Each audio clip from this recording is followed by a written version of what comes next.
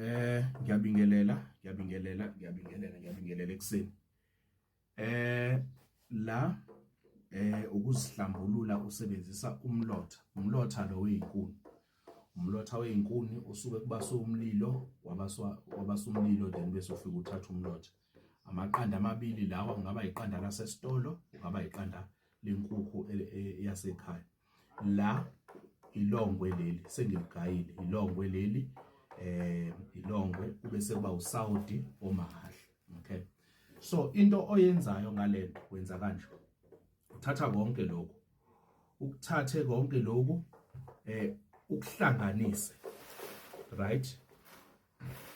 Uyihlanganisa yonke lento, hlanganise yonke lento ihlangane, ne? Uyihlanganise lento ubese uphahlaza lamaqanda, uwaphahlazele lento bese uyayihlanganisa yonke.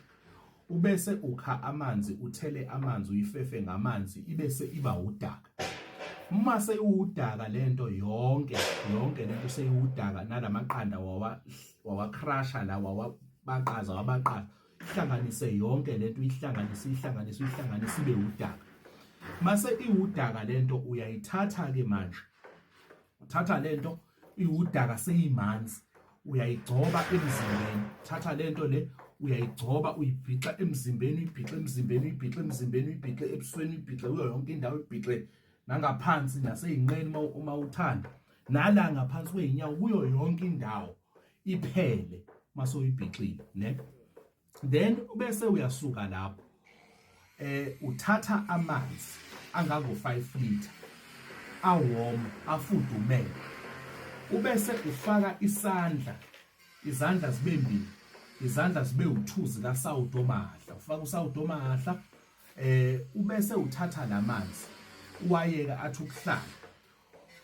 Then lento fanele ihlale la kuwena for 15 minutes, ihleli emzimbeni wakho for 15 minutes. Uyiyeke 15 to 30 minutes ihleli, uyiyeke ihlale nje emzimbeni wakho ube ngathi iyahwaqabala. Ubese uyasuka la, uthatha lamanzi anosawoti, uyageza umzimba wakho. Uyakhuluma nje ubugeza, ungagezela ekhaya, ungagezela emfuleni, ungagezela esigangeni, ungagezela la uthanda khona.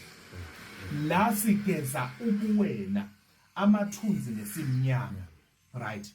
So asikhiphi isilwane, sigeza amathunzi nesimnyama ngalento ukuthi into zakho zikwazi ukuthi ziqaqeke, right?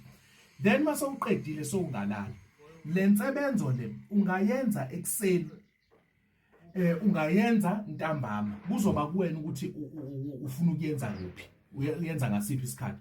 But ungayenza insebenzo so uyenze emini ilanga seliphumile. It's either insebenzo efana nale uyenza ilanga lishona noma uyenza ekseni, ukuze ukwazi ukuthi uthi uvuka uyohlangana nabantu yonke lento beyimthwalo beyikusinda so uyisusile.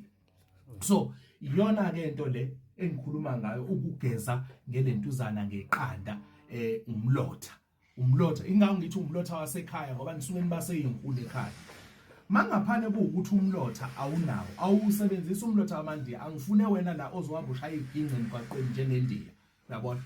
So awusebenzisa umlotha wamandiya, uthatha izinkuni, ubase izinkuni zenzela umlotha. Iqanda nelongwe, uyakwazi ukuthi iqanda uthatha iqanda lasesitolo noma uhambe uthatha ilongwe esigangeni. So akunankinga lokho, ubese uyageza so sisimnyama namathunzi ukwazi ukuthi ube right. Okay, so okubalekile ukuthi iba nosawudo mahla at least 2 kg, ube namaqanda amabili, ukwazi ukuthi ube nento engangesandla yelongwe, into engangesandla umlotha.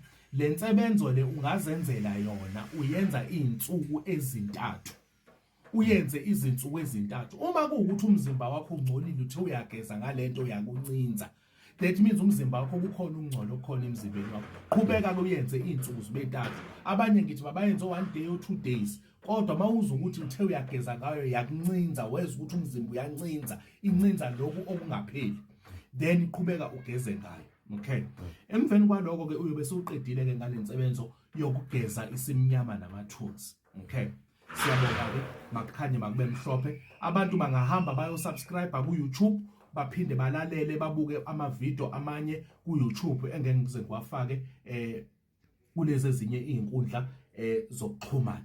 Masithokozeke, makukhanye, makube mhlophe.